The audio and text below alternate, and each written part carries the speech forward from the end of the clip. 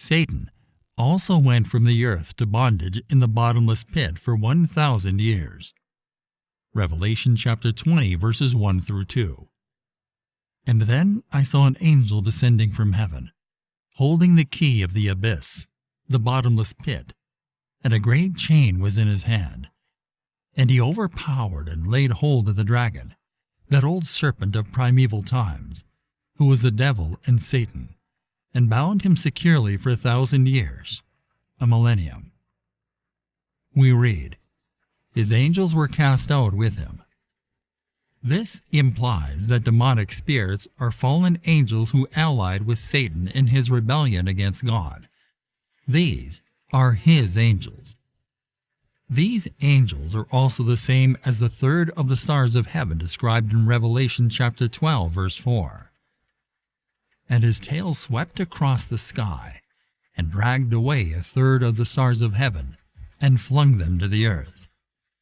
And the dragon stood in front of the woman who was about to give birth, so that when she gave birth, he might devour her child.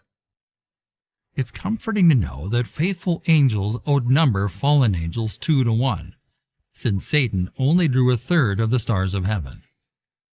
A joyful declaration in heaven. Revelation chapter 12, verses 10 through 12. Then I heard a loud voice in heaven saying, now the salvation and the power and the kingdom, dominion, reign of our God, and the authority of his Christ have come.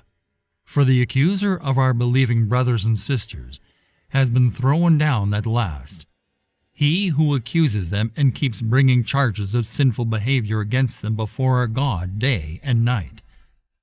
And they overcame and conquered him, because of the blood of the Lamb, and because of the word of their testimony. For they did not love their life and renounce their faith, even when faced with death. Therefore rejoice, O heavens, and you who dwell in them in the presence of God. Woe to the earth and the sea, because the devil has come down to you in great wrath, knowing that he has only a short time remaining. We read, the accuser of our brethren, who accused them before our God day and night, has been cast down. Satan's accusing work ends here, when he is cast out from his access to heaven. That is why today we need an intercessor and advocate. Hebrews chapter 7, verse 25. Therefore he is able also to save forever, completely, perfectly, for eternity, those who come to God through him, since he always lives to intercede and intervene on their behalf with God.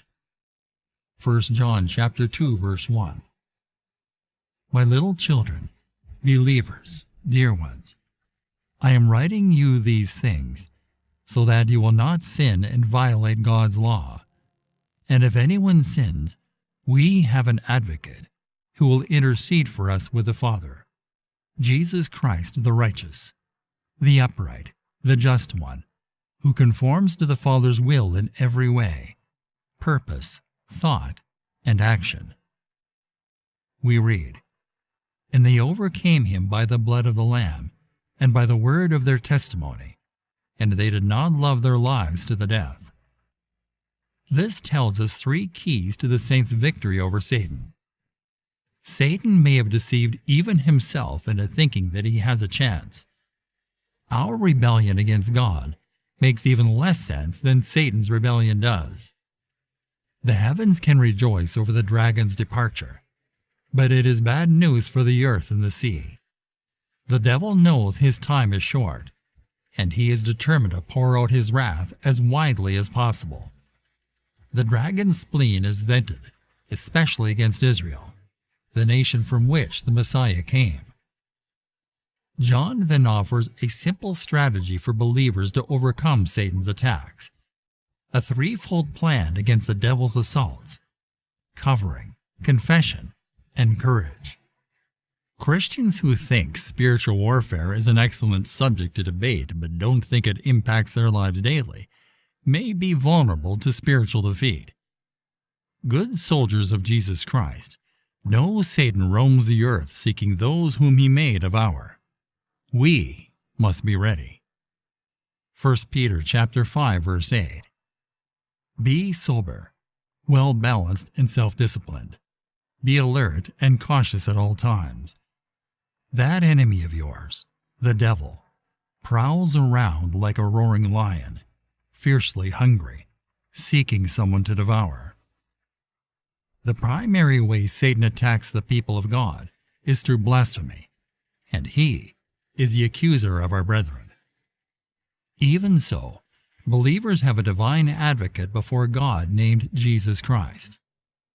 1 John chapter 2, verse 1. My little children, believers, dear ones, I am writing you these things so that you will not sin and violate God's law.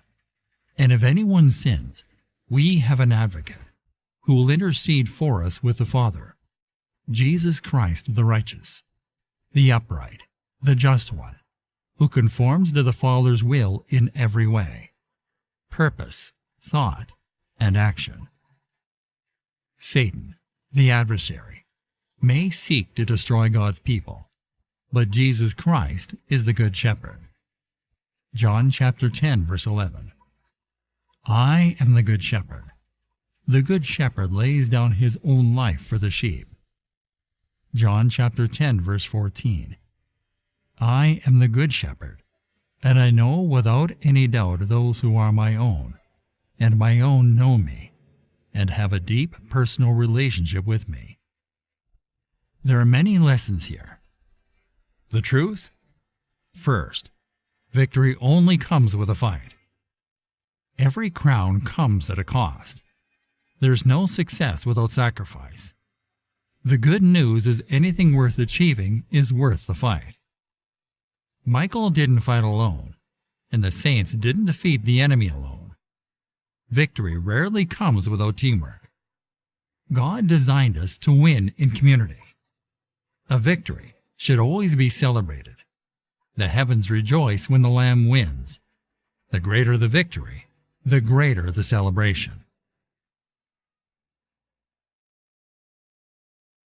In closing, our question for the day: what's a worship song that has helped you feel closer to God?